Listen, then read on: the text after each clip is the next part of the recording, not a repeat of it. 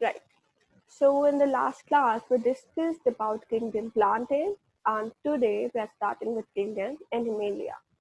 As the name suggests, Animalia है तो मतलब सारे के सारे animals would fall under this category. And let me just give you a quick recall for this. We started with five kingdom system of classification proposed by Robert Whittaker, and those five kingdoms were Monera, Protesta, Panjai, Plantae, and Animalia. ये पांच kingdoms थी. Out of these, we have successfully discussed four kingdoms, and I hope वो kingdoms आप लोगों को clear भी होंगी. तो अब हमें लास्ट वाली किंगडम डिस्कस करनी है जो है किंगडम एनिमेलिया. अच्छा, अब I hope by this point you are very clear कि ये वाले जितने भी ऑर्गेनिजम्स आएंगे इस किंगडम के अंदर वो सारे के सारे यूकेरियोटिक होंगे, क्योंकि हम ये ऑलरेडी पढ़ चुके हैं, बहुत बार डिस्कस कर चुके हैं कि प्रोकैरियोट को छोड़ के बाकी सारे ऑर्गेनिजम्स यूकेरियोट है. After that if you just revisit that chart जो हमने स्टार्टिंग में डिस्कस किया था, तो हमने कहा था सिर्फ प्रोटिस्टा ही ऐसा है जो यूकेरियोटिक एंड यूनिसेल्युलर है, बाकी सारे यूकेरियोटिक एंड मल्टीसेल्युलर है. तो ऑब्वियसली जो किंगडम एनिमेलिया है वो भी क्या होगा, मल्टीसेल्युलर होगा. उसके बाद ये वाले ऑर्गेनिजम्स हेटेरोट्रॉफिक है, हमने इनको इसी बेसिस पे ही डिवाइड किया था, इसी बेसिस पे ही कैटेगराइज किया था कि जो प्लांट्स थे उनके पास सेल वॉल भी थे और वो ऑटोट्रॉप्स भी थे. जो एनिमल्स हैं इनके पास सेल वॉल्स भी नहीं है और साथ ही हेटेरोट्रॉप्स भी हैं, मतलब अपना खाना खुद से नहीं बना सकते. They are dependent on other organisms for their food. Now, the most important point, last point is that most of the animals are mobile. Word कहीं मोबाइल आ जाए या फिर कहीं वर्ड हो जाए आ जाए दे शो मोटिलिटी. इसका मतलब होता है मोटिलिटी या फिर मोबाइल का मतलब होता है दे शो मूवमेंट. ये मतलब वो मूवमेंट शो करते हैं. अब एक बात ध्यान रखना कि मूवमेंट का मतलब सिर्फ यही नहीं है कि एक जगह से दूसरी जगह जा सके. अगर आप अपना हैंड मूव कर रहे हैं वो भी मूवमेंट है, अगर आप अपनी लेग्स मूव कर रहे हैं वो भी मूवमेंट है. हाँ, अगर आप एक जगह से दूसरी जगह जा रहे हो that is also kind of movement, लेकिन उसको स्पेसिफिकली हम लोकोमोशन डिफाइन करते हैं कि जब एक ऑर्गेनिज्म अपनी प्लेस चेंज कर लेता है उसको हम लोकोमोशन कह देते हैं. अदरवाइज अगर कोई बॉडी पार्ट मूव कर रहे हैं उनकी पोजीशन चेंज हो रही है उसको हम मूवमेंट कहते हैं. So I hope at this point you are very clear about the difference between locomotion and movement. तो हम कह रहे हैं usually जो organisms है, usually जो animals है, most of them show movement. Okay, so let's move to the next slide. अब आप एक बात याद करो, मैंने जब आपको हायरार्की ऑफ क्लासिफिकेशन पढ़ाया था तो वहाँ पे मैंने आपको कुछ पढ़ाया था कि आपको एक हायरार्की याद करनी है जिसमें हमने किया था kingdom, phylum, class, order, family, genus and species. यही किया था और मुझे उम्मीद है आई होप कि आप लोगों ने वो याद भी किया होगा. But we started with the kingdoms, right? हमने किंगडम से स्टार्ट किया था and in the introduction of the class I told you कि ये किंगडम इतना बड़ा है, we cannot just study this kingdom as a whole altogether. So we have divided this kingdom into small groups called as phylums. हमने phylums में divide कर दिया है और ये phylum कहाँ से आया, वही हायरार्की से आया जो मैंने आपको बताया था. किंगडम के बाद जो छोटा ग्रुप है वो phylum है. So what we are going to do is we are going to study different kind of phylums of kingdom Animalia. पहले phylum से शुरू करते हैं. phylum Porifera. पॉरी का मतलब होता है पोर्स, पोर्स या फिर होल्स, और फेरा का मतलब होता है बियरिंग. तो फाइलम पॉरीफेरा में ऐसे ऑर्गेनिजम्स आएंगे जिनकी बॉडी पे होल्स होते हैं, छोटे छोटे होल्स होंगे उनकी बॉडी पे. ऐसे ऑर्गेनिजम्स को पॉरीफेरा बोलेंगे और ऐसे जितने भी ऑर्गेनिजम्स मिलेंगे सबको इस कैटेगरी में, इस फाइलम में डाल दिया. एक बात याद रखना, we are starting with very simple organisms that are found in kingdom Animalia or that fall under the category of kingdom Animalia, and we will move towards the complex organisms, most complex organisms हम खत्म कहाँ पे करेंगे? Human beings पर जाकर। आप ये बात याद रखना कि ह्यूमन बींग्स भी एनिमल की कैटेगरी में ही आते हैं। तो सिंपल ऑर्गेनिज्म से शुरू करते हुए कॉम्प्लेक्स की तरफ मूव करते जाएंगे। Now poriferans are non motile animals, मतलब ये एक जगह से दूसरी जगह मूव नहीं कर सकते। इनको कॉमनली हम स्पॉन्जेस कहते हैं। अब फिर बात आई कि जब ये एक जगह से दूसरी जगह मूव नहीं कर सकते तो ये सरवाइव कैसे करते हैं? लाइक कुछ ना कुछ तो इनको चाहिए ही होगा ना, कुछ ना कुछ तो कहीं अटैच रहेंगे, कुछ ना कुछ तो सपोर्ट इनको चाहिए ही चाहिए। तो they are usually attach to some solid support, जिसकी वजह से वो एक प्लेस पे फिक्स्ड रहते हैं, एक जगह ही रहते हैं। और ये यूजुअली वाटर में मिलते हैं, एक्वाटिक होते हैं, वाटर के थ्रू अपना फूड गेन कर लेते हैं, वाटर के थ्रू ही रिप्रोडक्शन कर लेते हैं, वाटर के थ्रू ही एक्सक्रीशन कर लेते हैं। इसलिए आपको ये दो चार जो फीचर्स हैं वो आज तक याद रखनी पड़ेंगी। अच्छा, इसके बाद the most important point of Porifera is they have a canal system. अब इस कैनाल सिस्टम को समझने से पहले let me just give you a quick overview over here. मैंने आपको बताया है कि जो फाइलम पॉरीफेरा है बहुत सिंपल सा फाइलम है, मतलब बहुत सिंपल से ऑर्गेनिजम्स है। Let me give you an example over here. मैं कुछ ऐसा ऑर्गेनिज्म बना रही हूँ। अब क्या होगा, कुछ ऐसे से ऑर्गेनिजम्स होते हैं और जहाँ पे मैंने ये लाइंस ड्रॉ की है ना, आप ये समझो कि यहाँ पे होल्स हैं इनकी बॉडी में, ऐसे ऐसे करके इनकी बॉडी में होल्स होंगे, राइट? ऐसे पूरी की पूरी बॉडी में होल्स होंगे, that's why they are called as poriferans. अब क्या होगा, इन जो छोटे वाले होल्स है ना, जो पेरिफेरी पे होते हैं, इनको हम बोलते हैं ostia. O S T I A, ostia. ये आपके एनसीईआरटी में मेंशन नहीं है, if you want to you can right.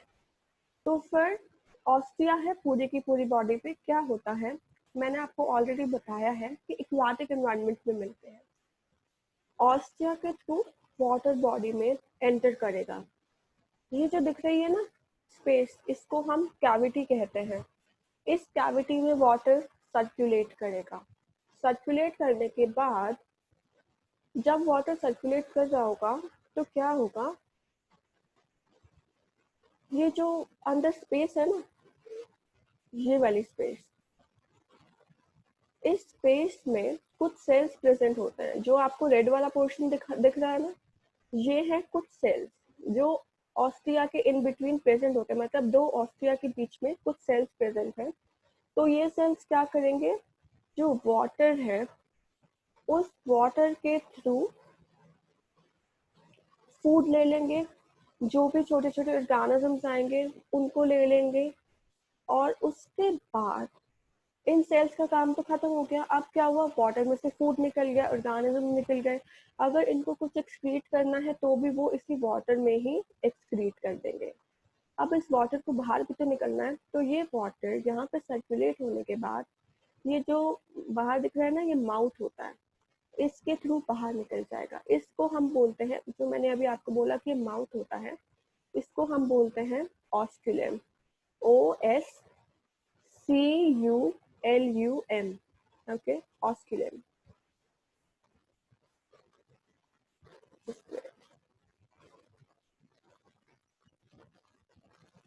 ये यू है, ऑस्क्यूलम होता है।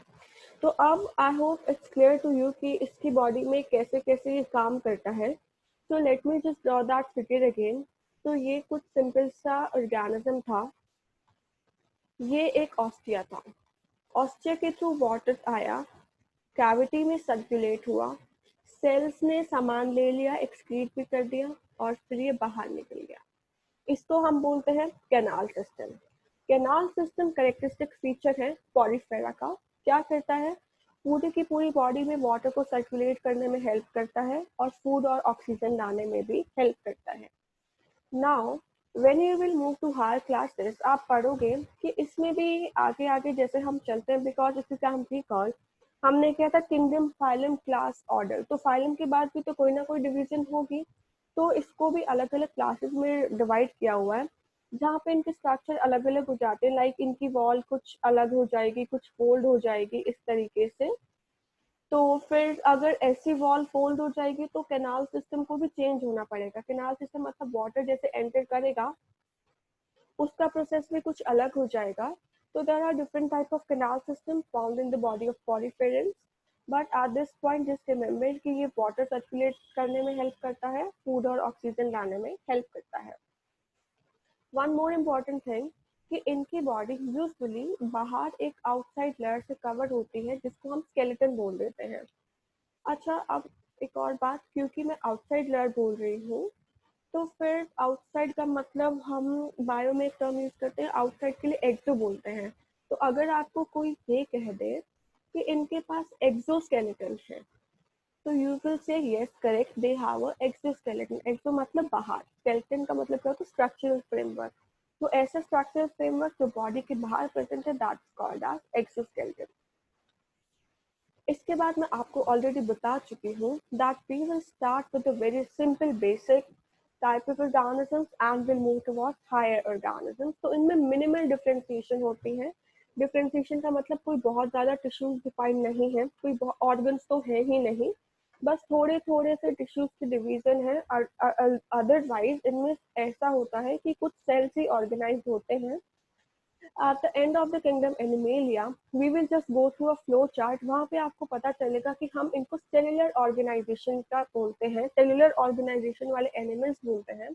मतलब डिफरेंट टाइप के सेल्स ऑर्गेनाइज्ड हैं इनकी बॉडी में, एंड यूजुअली मराइन हैबिटेट में मिलते हैं। मराइन मतलब सी वाले एनवायरनमेंट में मिलते हैं।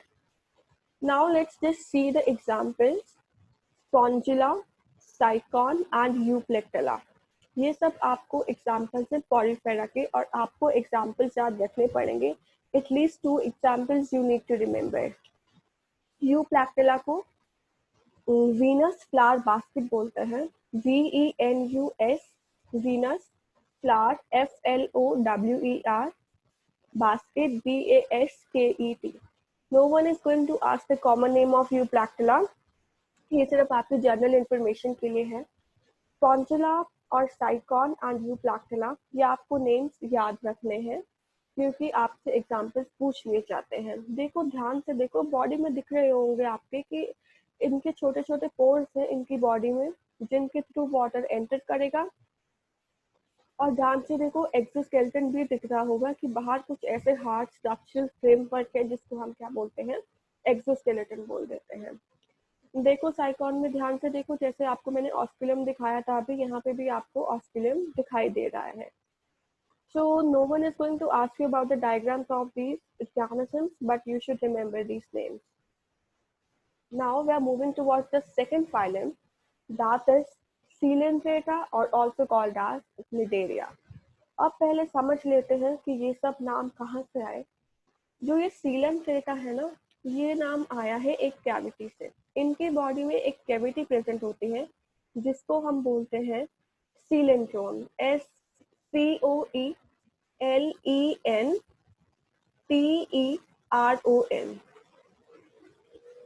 तो सीलेंट्रोन वाले ऑर्गेनिजम्स को क्या बोलेंगे, सीलेंट्रेटा।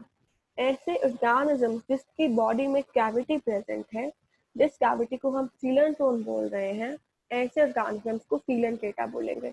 फिर बात आई ये कहाँ से नाम आया, निडेरिया।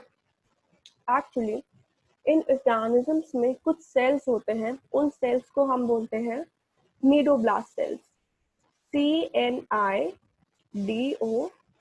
Cnidoblast, BLASTS। ये दोनों टर्म्स एनसीईआरटी से बाहर है, कोई नहीं पूछने वाला आपसे इन सब टर्म्स के बारे में, बट स्टिल आपकी इंफॉर्मेशन के लिए है। ये नीडोब्लास्ट सेल्स का क्या काम होता है, देखो ये वाले जो ऑर्गेनिजम्स है ना, ये एक्वाटिक होते हैं, वाटर में रहते हैं, यूजुअली मेराइन होते हैं। तो आपको पता है कि सी में तो कितने सारे डिफरेंट डिफरेंट टाइप के ऑर्गेनिजम्स होते हैं। Mishta, I know you have raised your hand. No, note down your query. I'll get back to you in the last 5 minutes of the class. तो नीडोब्लास्ट सेल्स हैं, तो क्या होता है सी में अलग अलग टाइप के ऑर्गेनिजम्स हैं। अब इनको भी तो खतरा है कि कोई बड़े सा ऑर्गेनिज्म, कोई बड़ी सी वेल, कोई बड़ी सी फिश इनको आकर खा सकती है। तो ये क्या करते हैं, अपने नीडोब्लास्ट सेल्स में इनके स्टिंगिंग सेल्स होते हैं, चुभने वाले सेल्स होते हैं। अगर कोई बड़ा सा ऑर्गेनिज्म इनको खाने आता है तो ये अपने स्टिंगिंग सेल्स, अपने नीडोब्लास्ट सेल्स इनको चुभा देते हैं। जैसे ही ये न्यूरोप्लास्ट सेल्स सामने वाले ऑर्गेनिज्म को चुभते हैं, वो ऑर्गेनिज्म पैरालाइज हो जाता है, मूव नहीं कर पाता और ये वहां से बच के भाग जाते हैं। तो ऐसे ऑर्गेनिज्म जिनके पास न्यूरोप्लास्ट सेल्स है उनको निडेरिया बोला। साथ ही साथ उनके पास कैविटी है जिसका नाम सीलेंट्रोन है, इसलिए उनको सीलेंट्रेटा नाम दे दिया। No one is going to ask about the names, but still, if you want to, you can just remember because it's just for your general information. So now let's move towards the part of NCERT कि ये water में रहते हैं, हम already discuss कर चुके हैं। और हम ये भी डिस्कस कर चुके हैं कि जैसे जैसे हम हायर ऑर्गेनिज्म की तरफ मूव करते जाएंगे, बॉडी का डिजाइन मोर डिफ्रेंशिएट होता जाएगा। हम पहले ही बोल चुके हैं कि सिंपल ऑर्गेनिज्म से कॉम्प्लेक्स ऑर्गेनिज्म की तरफ मूव करेंगे, तो इनकी बॉडी में और ज़्यादा डिफ्रेंशिएशन होगी। एंड ऑलरेडी टोल्ड यू कि इनकी बॉडी में एक कैविटी है जिसको हम क्या बोलते हैं, सीलेंट्रोन बोलते हैं। अच्छा, नाउ एट दिस पॉइंट ये बात याद रखना कि जो ऑर्गेनिजम्स होते हैं ना, यूजुअली क्या होता है, उनकी बॉडी में 2 लेयर्स मिलती हैं या 3 लेयर्स मिलती हैं। जिन ऑर्गेनिजम्स की बॉडी में 2 लेयर्स मिलेंगी उनको हम बोलेंगे डिप्लोब्लास्टिक। जो वर्ड है ना डिप्लो, डाई आ गया है, डाई का मतलब क्या होता है, 2। ब्लास्टिक वर्ड आया है ब्लास्ट से, मतलब लेयर। तो जिनकी बॉडी में 2 लेयर मिलेंगी उनको हम बोलेंगे डिप्लोब्लास्टिक एनिमल। जिनकी बॉडी में 3 लेयर मिलेंगी उनको हम बोलेंगे ट्रिप्लोब्लास्टिक, TRIPLO, ट्रिप्लो। ट्रिप्लो का मतलब होता है तीन, तीन, 3। अगर लेयर के नाम याद रखने हैं, if you want to you can note down, और if you do not it's up to you, कोई आपसे नहीं पूछने वाला है। एक्टोडर्म, एक्टो का मतलब होता है बाहर वाला, बाहर वाली layer would be ectoderm. Middle वाली वुड बी मीजोडर्म, मीजो का मतलब होता है बीच वाली, M for middle, M for meso. अंदर वाली होगी एंडोडर्म।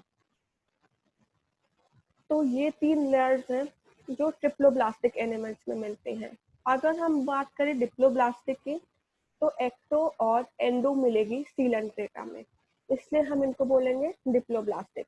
तो जो एक्टोडर्म होगी वो बाहर वाली लाइनिंग बनाएगी और जो एंडोडर्म होगी वो अंदर वाली लाइनिंग बनाएगी। तो 2 लेयर्स हैं, इसलिए they would be called as diploblastic. उसके बाद कुछ ऑर्गेनिजम्स होते हैं जो कॉलोनियल होते हैं, मतलब कॉलोनीज में रहते हैं। कॉलोनीज में मतलब जैसे हम ऑर्गेनिजम्स कॉलोनीज में रहते हैं ना, कॉलोनीज का मतलब क्या होता है, सब एक साथ मिलकर इकट्ठा रहते हैं एक ही प्लेस में। तो ऐसे ही इनमें भी कुछ होता है कि ये कॉलोनीज में इकट्ठे रहते हैं, या फिर हो सकता है कुछ ऑर्गेनिजम्स अलग रहे, अकेले रहे। और अकेले वालों को क्या बोलते हैं, सॉलिटरी। तो जो अपना लाइफ अकेले काटेंगे that would be solitary life span, जो इकट्ठे ग्रुप में रहेंगे दे would B colonial. Examples again आपको याद रखने हैं, हाइड्रा आप छोटी क्लास में भी पढ़कर आए हो, जब बड़े दिन हाइड्रा पढ़ते थे। जेलीफिश याद रखना, जेलीफिश फिश नहीं है, काइंडली रिमेम्बर, वाटर में मिलती है बट ये फिश नहीं है, ये सीलेंट्रेटा है, ये एक निडेरियन है। एंड आफ्टर दैट उसके बाद आपको याद रखना है सी एनिमोन। सी एनिमोन देखो ध्यान से, टेंटिकल्स दिख रहे हैं आपको, ये टेंटिकल्स यूज करता है अपना फूड गैदर करने में। और अगर हम इसकी बॉडी को कट करके देखें तो अंदर हमें दिखेगी कैविटी। ऐसे ही अगर हम हाइड्रा की बात करें तो अंदर क्या है, कैविटी है। So we just do not want you to draw the diagrams, हम usually इस chapter के diagrams skip करवा देते हैं so that आप अभी concept समझ लो।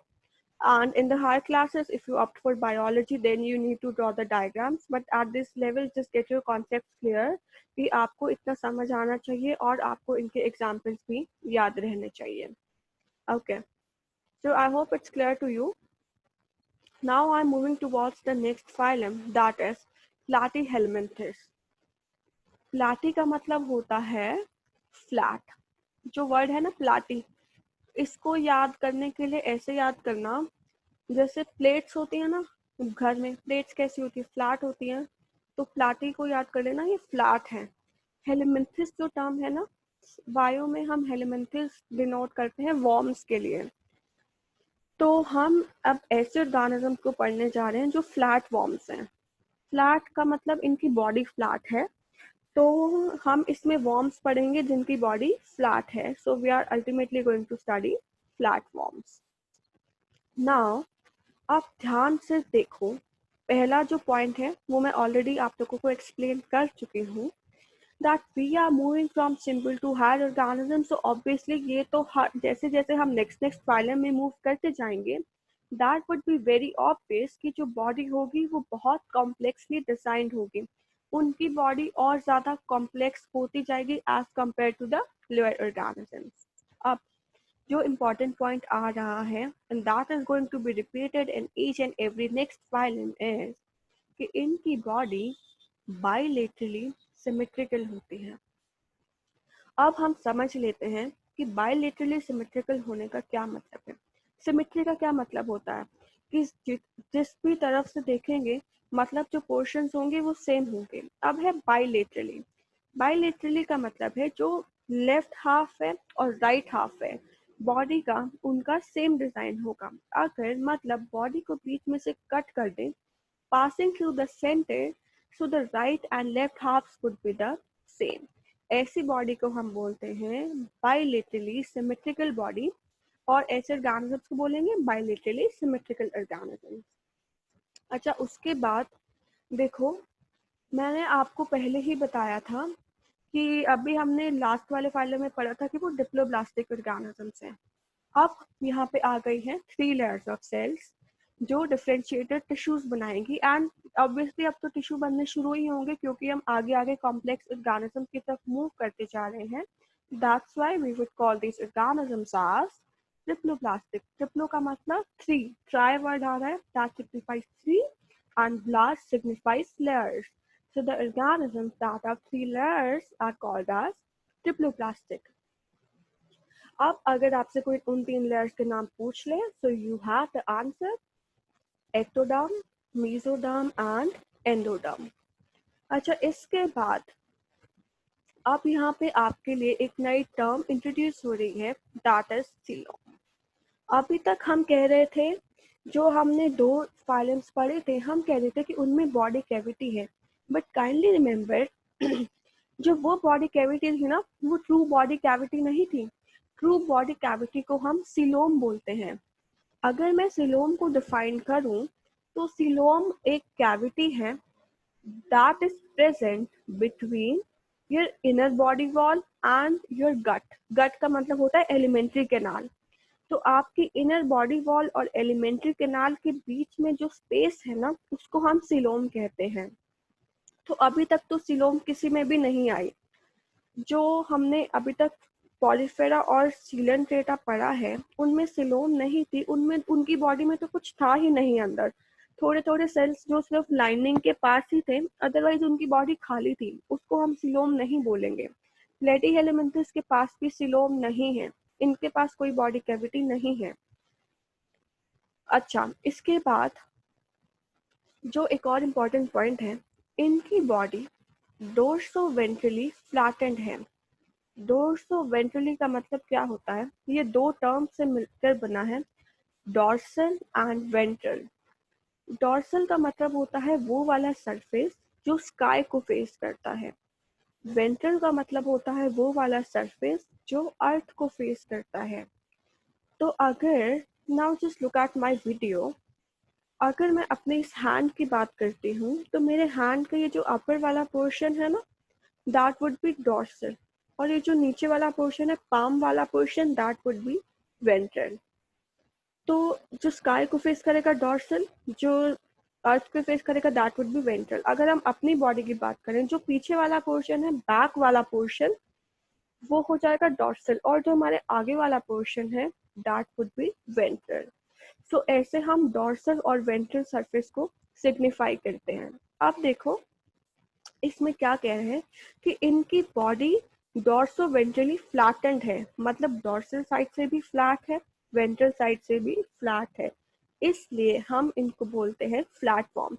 जैसे सेलो टेप होती है ना, सेलो टेप तो सबने देखी है।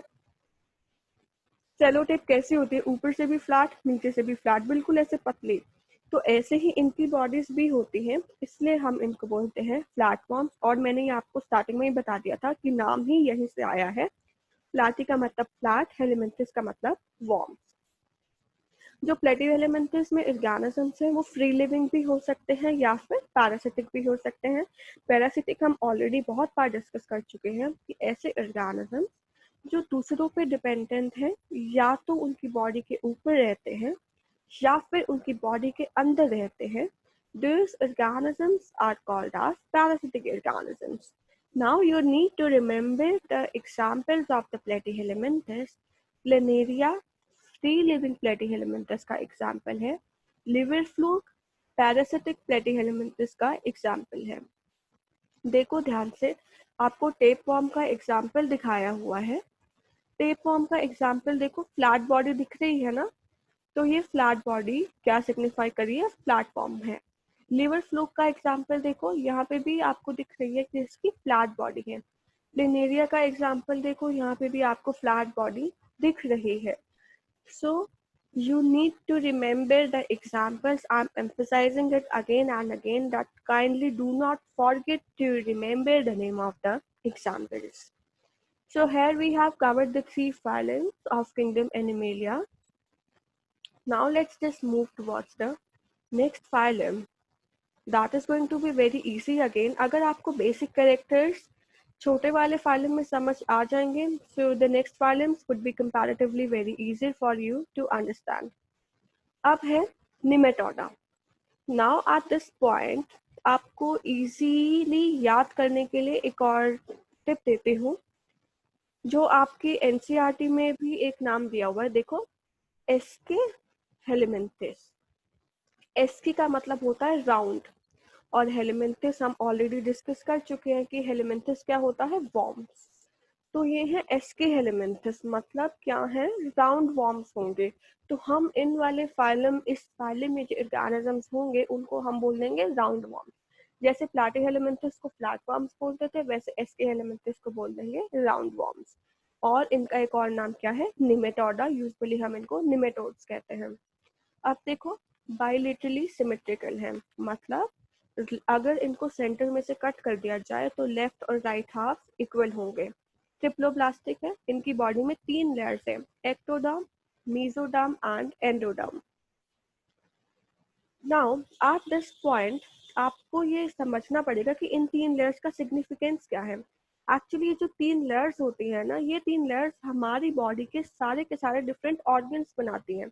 जब आप हायर क्लासेस में जाओगे तब आप पढ़ोगे कि हमारी बॉडी में जितने भी ऑर्गन्स हैं वो सारे के सारे इन लेयर्स के थ्रू ही बनते हैं। चाहे ब्रेन की बात करें, चाहे हार्ट की बात करें, चाहे हम अपने अंदर एलिमेंट्री कैनाल की बात करें, तो सारे के सारे ऑर्गन्स बनाने वाले ये लेयर्स ही हैं।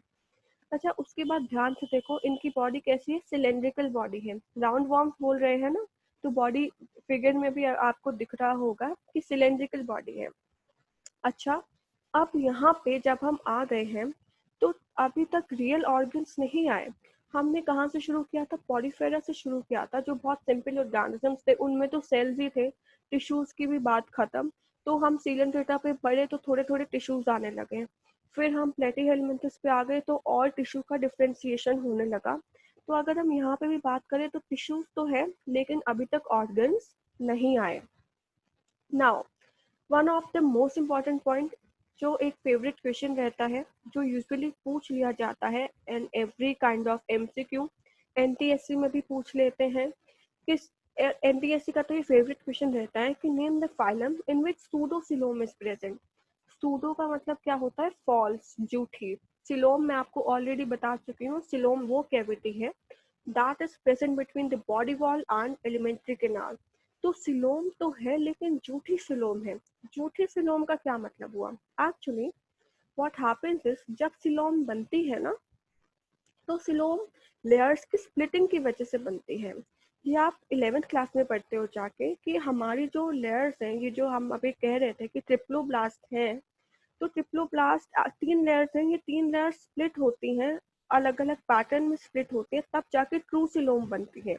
तो इसमें कुछ कुछ कैविटी तो है, लेकिन वो स्प्लिटिंग से नहीं बनी, तो ऐसी कैविटी जो स्प्लिटिंग से नहीं बनी तो उसको हम फॉल्स सिलोम बोल देंगे कि झूठी सिलोम है, क्योंकि जो सच्ची वाली सिलोम होती है, जो ट्रू सिलोम होती है, वो तो स्प्लिटिंग से बनती है.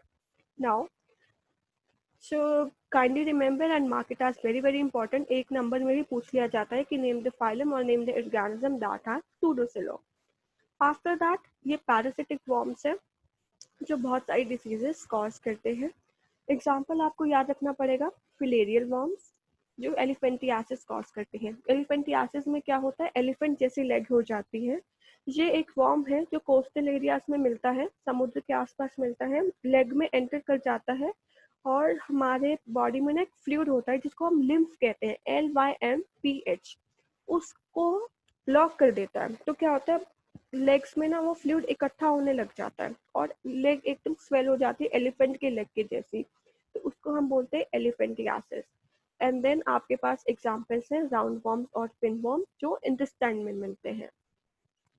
So this was all about Nematoda. आप लोग एग्जांपल्स देख सकते हो एस्कैरिस के. मेल और फीमेल अलग अलग दिखाए गए हैं. एस्कैरिस में मेल देखो साइज में कंपैरेटिवली शॉर्टर है, फीमेल साइज में कंपैरेटिवली लॉन्गर है. मेल के टेल देखो कर्ल्ड है और अगर हम फीमेल की टेल देखें तो वो कर्ल्ड नहीं है, सीधी है. फिर ये आपको दिखाया गया है Wuchereria. So here we complete the Nematoda. Let's just discuss Annelida only and then I'll get back to your questions. Annelida, so we are just left with 5 minutes. Let me just stop the session over here and then we will discuss in the